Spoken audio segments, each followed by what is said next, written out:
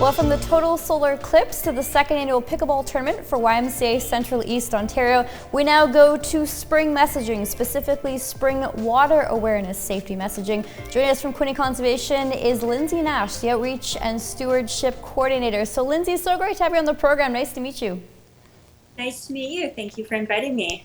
Yeah, well, the winter certainly has been warmer than we've seen, fluctuating temperatures, but spring is officially here according to the calendar. So walk us through kind of the messaging you and the team have been promoting, specifically around kind of spring water awareness and safety, because no ice is safe ice these days, but things are in flux as always. Yeah, so Quinte Conservation usually every year tries to reach out to the public to remind them of spring water safety, that although there may be ice on the water, to be mindful of the risks when going near it or on it. Okay, Lindsay, so what's the situation with dams for springtime? So Quinte Conservation urges the public to stay away from dams. The banks around dams can be slippery.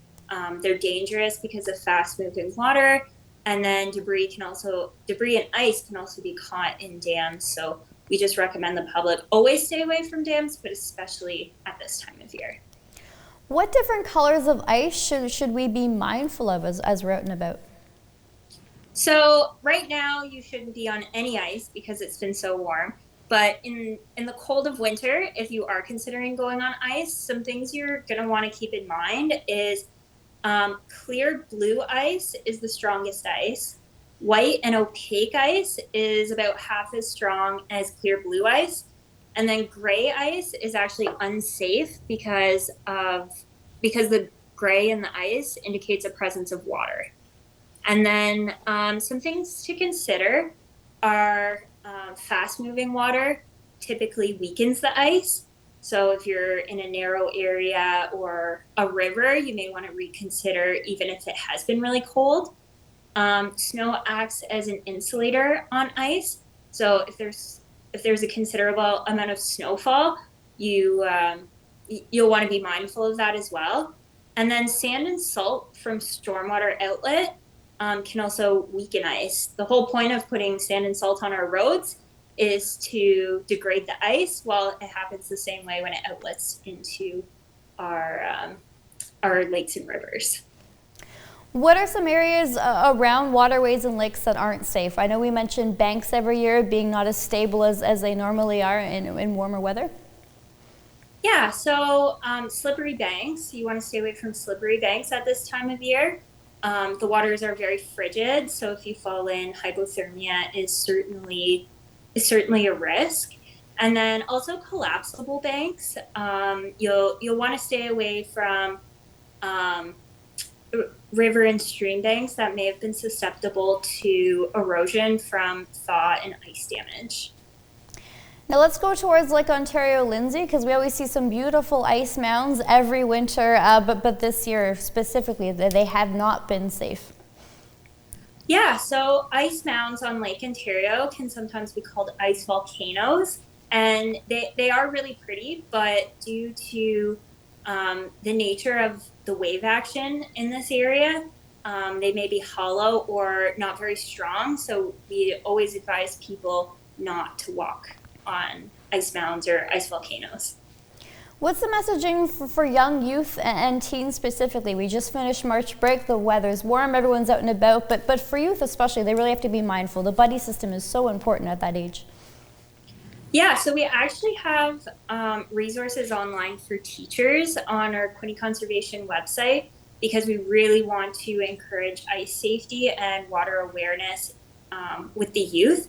So teachers can actually go online to our website. There's videos, there's presentation material, there's coloring activities for the youth to really hit home the message of water safety. So some of the messaging that we do try to get out to children are to use the buddy system in case something ever did happen.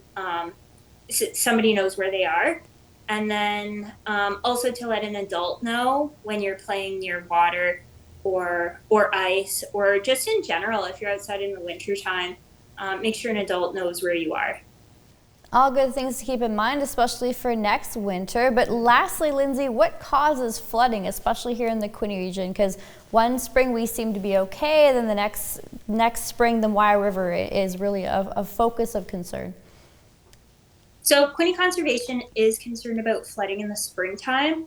Flooding occurs when we have considerable precipitation, specifically rain or snow, but also if the snow melts really quickly and the ground is still frozen, so that precipitation doesn't have a chance to percolate into the ground. So then it runoffs into our water systems all at the same time, and that's what causes flooding. So that's something to also be mindful of in the springtime. Although it's been quite warm this year, it's something that we see quite often. And we see on the website kind of the flood outlook watches and kind of the statements. When do those generally come out? Are they kind of assessed on a weekly basis? I know we kind of only hear about a flooding statement if there is imminent damage of a flood situation. I believe we have those updates every day. Perfect. So we have somebody who takes a look at that and issues statements every day. Yeah, that's good information, especially as spring continues to fluctuate. Sometimes we've had a bit of winter weather, sometimes it's been kind of your classic spring.